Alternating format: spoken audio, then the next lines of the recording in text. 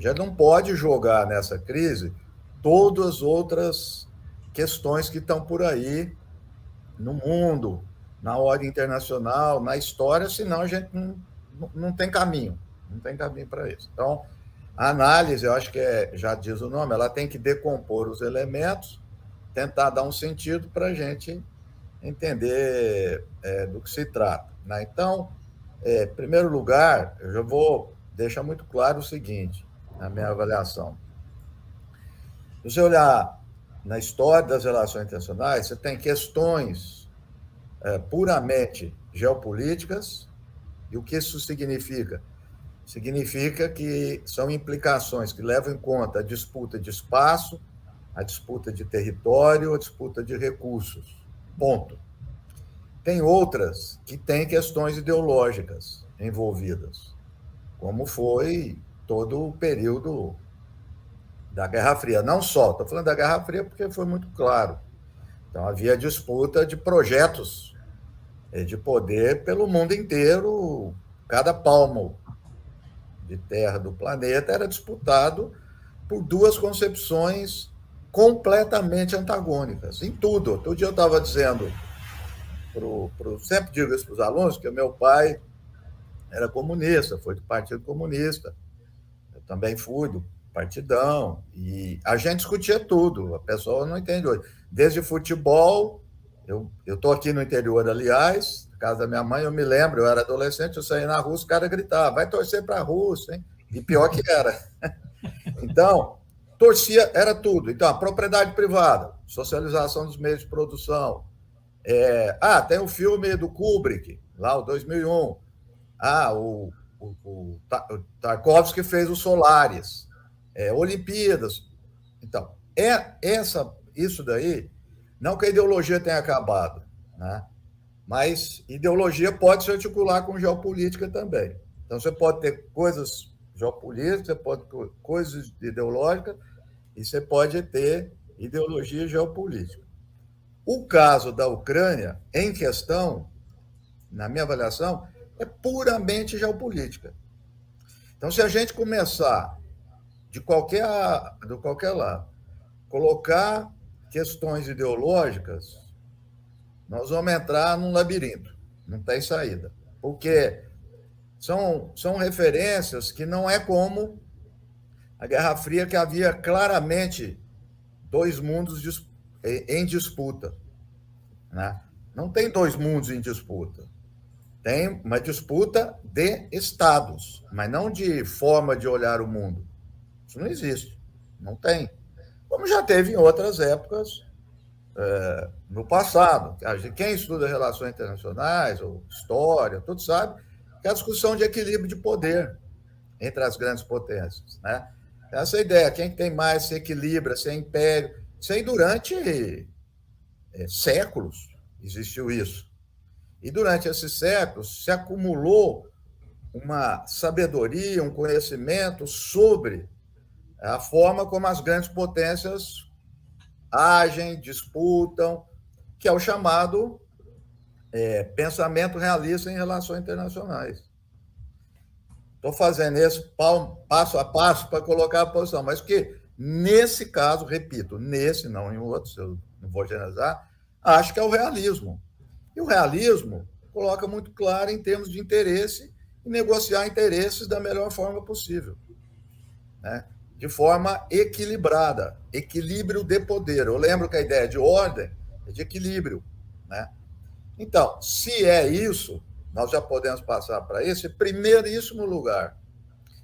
Todo mundo sabe, todo mundo, eu falo, os estadistas, tudo há muito tempo, que essa região da Ucrânia é uma região fundamental era para a União Soviética e é para a Rússia. Isso é ponto pacífico. E quem se coloca contra isso é hipócrita. Quem é da área de conhecimento. Quer insuflar, né? quer quebrar essa ordem. Né? Então, ou seja, alguém colocou aí nos comentários que eu vi. Então, havia esse equilíbrio.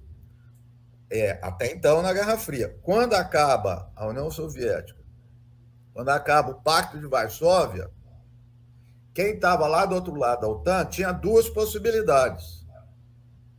Ou manter o equilíbrio, ajudar a reconstruir os países, para não ter instabilidade, e manter o equilíbrio. O que significa manter o equilíbrio?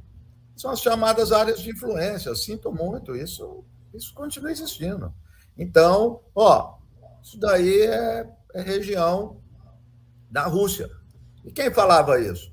Maioria dos republicanos, na época, e parte dos democratas.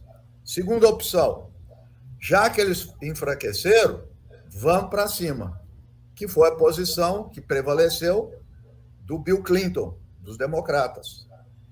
Isso que eu estou descrevendo é fato, aconteceu isso, os debates, e o Bill Clinton foi. Né? Foi, e esse é o tom que veio com o Obama, e que agora que está com o Joe Biden. Bom, fazer isso significa o quê? Aí é que está. Quer dizer, que é preciso ter uma hegemonia do Ocidente, uma hegemonia capitalista. Então, esse é o modelo? Ou o modelo é equilíbrio? Se eu vou para cima, o modelo é hegemonia. E aí, portanto, a ideia imperial, né, que vem imbuída de princípios de arrogância. Quer dizer, o que é não é uma qualificação pessoal, isso parece arrogância. Assim, não me importa o que a Rússia fala, o que o outro fala. Vamos adiante. O que eu estou falando aqui é muito interessante, tem aparecido bastante nas revistas especialistas nos Estados Unidos de democratas e republicanos. Recentemente eu compartilhei um artigo do Thomas Friedman. E por quê? Porque o Thomas Friedman é um liberal, globalista, todo mundo conhece lá nos Estados Unidos, do Partido Democrata. Tem todas essas credenciais que não tem absolutamente nada de esquerda, mais longe disso. Ele é um cara. O que ele disse? O Putin é isso, é aquilo, criticou, mas falou assim, erramos feio. Né? E o artigo dele tem 70% de crítica aos Estados Unidos e menciona por alto o Putin. E ele cita porque ele foi assessor do Clinton. Ele diz, na época, está documentado, tinha um grupo, e eu fazia parte, falamos para o Clinton, não faça isso. Ele fez. Ele cita o secretário de defesa do Clinton, ex-secretário de defesa, anos depois, agora em 2017, 2018, escreveu um texto arrependendo. Me arrependo desse negócio de expandir a OTAN. Portanto, na área desses que pensam, eles estão colocando isso, né, que não é uma boa política essa expansão. Então, estava claro desde o início. Se está claro qual vai ser a reação do Putin. Porque esse é outro exercício da política internacional. Eu tenho que entrar na cabeça do outro. Vou citar outro. Perdoa que eu estou citando, mas para fundamentar, senão pensa que é da minha cabeça. George Kennan, o principal doutrinador da Guerra Fria. Em 1948, ele escreveu um texto fundamental que é analisar a conduta da União Soviética. Ele dizia assim, pessoal, antes da gente agir, vamos tentar entender o outro, como é que ele pensa, como é que ele age. A partir disso, a gente age. Então, se chama As Fontes da Conduta da União Soviética, o texto. E o texto, ele era do Partido Republicano. Não tinha, ele não tinha posição ideológica, ele era um funcionário. Essa linha do Kennan vai até o final da Guerra Fria.